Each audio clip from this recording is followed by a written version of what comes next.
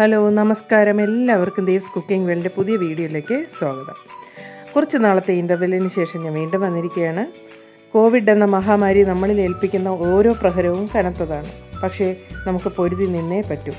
എല്ലാവരും ഭയത്തേക്കാൾ കരുതൽ വേണ്ടുന്ന ഒരു സമയമാണിത്.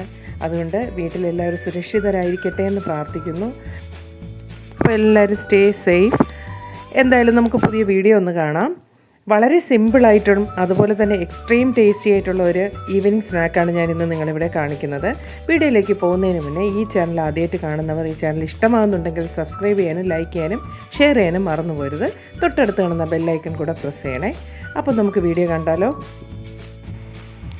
അപ്പോൾ നമുക്ക് ഏലാഞ്ചി അഥവാ ലവ് ലെറ്റർ അല്ലെങ്കിൽ മുട്ടക്കുഴലപ്പം, ഇങ്ങനെ പല പേരിലാണ് ഇത് അറിയപ്പെടുന്നത്. ഇത് എങ്ങനെ തയ്യാറാക്കുന്നതെന്ന് നോക്കാം. ഞാനൊരു 3 ടേബിൾ സ്പൂൺ ഗീ ആണ് ഒഴിച്ചു കൊടുത്തത് ഒരു പാനിലേക്ക്. ആവശ്യത്തിന് നട്ട്സും കിസ്മിസും ഇട്ട് കൊടുത്തിട്ടുണ്ട്. അതുപോലെ ഒരു 1/4 കപ്പ് തേങ്ങ ചിരകിയതും കൂടെ ആഡ് ചെയ്ത് കൊടുത്തു. ഇതാണ് ഇതിനകത്ത് വേണ്ടുന്ന ഫില്ലിങ്. അപ്പോൾ ഇതൊന്ന് ഒരു 5 മിനിറ്റ് നമുക്കൊന്ന് മിക്സ് ചെയ്യണം. മിക്സ് ചെയ്തിട്ട് ആവശ്യത്തിന് പഞ്ചസാരയും കൂടെ ചേർത്ത് കൊടുക്കാം. ഇനി ഏലക്ക പൊടിയാണ് നമുക്ക് ആഡ് ചെയ്യേണ്ടത്. ഒരു 5 മിനിറ്റ് നമുക്ക് നന്നായിട്ടൊന്ന് മിക്സ് ചെയ്തെടുക്കാം. അപ്പോൾ ഫില്ലിംഗ് ഇവിടെ ഏകദേശം റെഡി ആയിട്ടുണ്ട്. നമുക്കൊരു പ്ലേറ്റിലോട്ട് മാറ്റിയിട്ട് ഇതിന് ആവശ്യമുള്ള ഒരു മാവ് റെഡിയാക്കേണ്ടതുണ്ട്. അപ്പോൾ അത് നമുക്ക് എങ്ങനെയാണെന്ന് നോക്കാം. അതിന് വേണ്ടിയിട്ട് ഞാനിവിടെ മിക്സിയുടെ ഒരു ജാർ എടുത്തിട്ട് ഒരു മുട്ടയാണ് ആദ്യം ആഡ് ചെയ്ത് കൊടുക്കുന്നത്. ആവശ്യത്തിന് ഉപ്പിട്ട് കൊടുക്കാം. ഒരുപാട് വേണ്ട ഉപ്പ്. ഇനി ഞാൻ 1 കപ്പ് മൈദയാണ് എടുത്തിട്ടുള്ളത്. 250 മില്ലിഗ്രാമിൻ്റെ ഒരു വലിയ കപ്പ് നിറച്ച് ഞാൻ മൈദ എടുത്തിട്ടുണ്ട്. അതുപോലെ തന്നെ 1 കപ്പ് വെള്ളവും ആഡ് ചെയ്തു. ഇനി ഒരു 1/4 ടീസ്പൂൺ മഞ്ഞൾപ്പൊടി ചേർക്കുന്നുണ്ട്. ഒരു കളറിന് വേണ്ടിയിട്ടാണ് അത് ചേർക്കുന്നത്. അപ്പം നമുക്കിത് നന്നായിട്ട് മിക്സിയിൽ ഒന്ന് അടിച്ചെടുത്തിട്ട് വരാം. അപ്പത്തിൻ്റെയൊക്കെ ആ ഒരു കൺസിസ്റ്റൻസിയിൽ വേണം ഇത് എടുക്കാനായിട്ട്. ഇനി ചൂടായിട്ടുള്ള ഒരു പാനിലോട്ട് നമുക്ക് ദോശ ഇങ്ങനെ ഒഴിച്ചു കൊടുത്ത് ലൈറ്റായിട്ടൊന്ന് എടുക്കാം. അപ്പോൾ ഓരോ ദോശയും നമുക്ക് ചുട്ടെടുത്തതിന് ശേഷം നമുക്ക് ഫില്ലിംഗ് നിറച്ച് കൊടുക്കേണ്ടതുണ്ട്.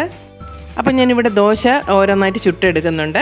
നമുക്കിനി ഫില്ലിംഗ് വെച്ച് കൊടുക്കാം. അതിൻ്റെ സൈഡിലോട്ട് നമുക്ക് ഇതുപോലെ ഇങ്ങനെ ഒരു സ്പൂണിൽ ഫില്ലിംഗ് വെച്ച് കൊടുത്തിട്ട് നമുക്ക് മടക്കിയെടുക്കുന്ന ഒന്ന് ശ്രദ്ധിച്ചോളൂ.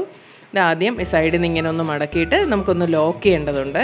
ഈ 2 സൈഡും മടക്കി വീണ്ടും അതുപോലെ ഒന്ന് റോൾ ചെയ്തെടുക്കാം. റോൾ ചെയ്തെടുത്ത് കഴിഞ്ഞാൽ നമുക്ക് ഈ കയ്യിലെടുത്ത് വെച്ച് കഴിക്കുമ്പോഴത്തേക്ക് സേഫായിട്ട് കഴിക്കാം. ആ ഫില്ലിംഗ് ഒന്നും വെളിയിൽ പോയില്ല.